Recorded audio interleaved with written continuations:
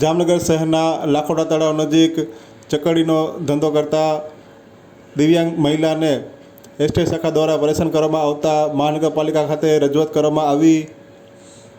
જામનગર શહેરના લાખોટા તળાવ ખાતે છેલ્લા ઘણા વર્ષોથી દિવ્યાંગ મહિલા પોતાની મેળે ગુજરાન ચલાવે છે, ત્યારે મહાનગરપાલિકાની એસ્ટેટ શાખા દ્વારા ચકડીઓ કબજે કરવામાં આવતા મહાનગરપાલિકા ખાતે રજૂઆત કરવામાં આવી હતી।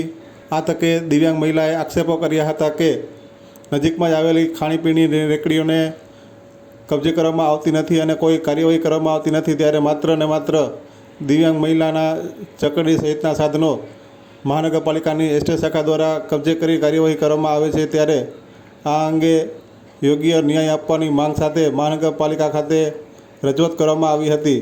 ત્યારે આજરોજ બપોરે 12 વાગ્યા આસપાસ આ અંગે વધુ વિગતો આપવામાં આવી છે। મારું નામ નર્મદાબેન પરમાર છે।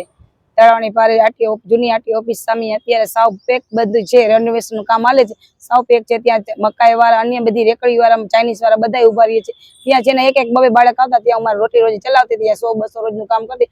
સાંજે 8 વાગે 8 ને 10 મહાનગરપાલિકા વાળા આવીને 10-15 જણ આવીને અને મારી 2 બેટરી, એક ઝુલ્લો, એક ચકેડી જમ્પિંગ બધું જપ્ત કરી લીધું છે। અને મેં આજીજી કરી, મેં કીધું ભાઈ મૂકી દો, અમે લઈ જાય છે, અમે ઘરે વહી જાય, તમે કીધું એટલે બંધ કરીને ઘરે માલ પોતે મારે પચાડી દે છે। તો એ છતાં એ લોકો મારી એક સાંભળી જબરજસ્તી બધે મારો માલ ઉપાડી ગયા। અને આ છતાંય મેં એને બારે બધાને કીધું કે ભાઈ તમે છે ને મારી આ માલ ઉપાડીએ છે, કોઈ મારી હેલ્પ કરો, કોઈ મારી હેલ્પ ન કરી। આના બધા ધંધાદારી હતા, બધા હસી ઠઠારા કરતા હતા અને કોઈ મારી મદદ કરવા ન ઊભું થયું। આજ હું હવે આ 2 હાથ નથી, મારે 1 હાથ નથી, 2 પગ નથી અને હું હેન્ડીકેપ 80% હું હેન્ડીકેપ છે, વિકલાંગ છું। મારે મમ્મી પપ્પા છે, મારા ભાઈ બહેન બધા અલગ અલગ છે, કોઈ છે નહીં મારી ભેગું। અને હું મારી ગુજરાન માટે, રોટી રોજી માટે હું ત્યાં જમ્પિંગ અને ઝૂલો ચલાવતી હતી, 8 વાગ્યા પછી ચાલુ કરતી હતી।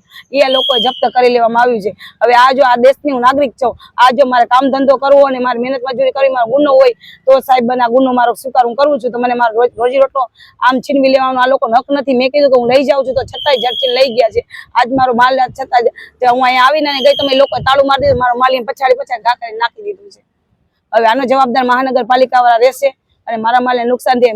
મારે અત્યારે કોઈ મારા પાછળ છે નહીં, મારા મમ્મી પપ્પા જ છે મારા ઘરે વૃદ્ધમાં, અને મારા કોઈ ભાઈ બહેન કે કોઈ મારા ભેગું છે નહીં। હું એકલી મારું ગુજરાન મારા મમ્મી પપ્પાનું મારું ચલાવું છું।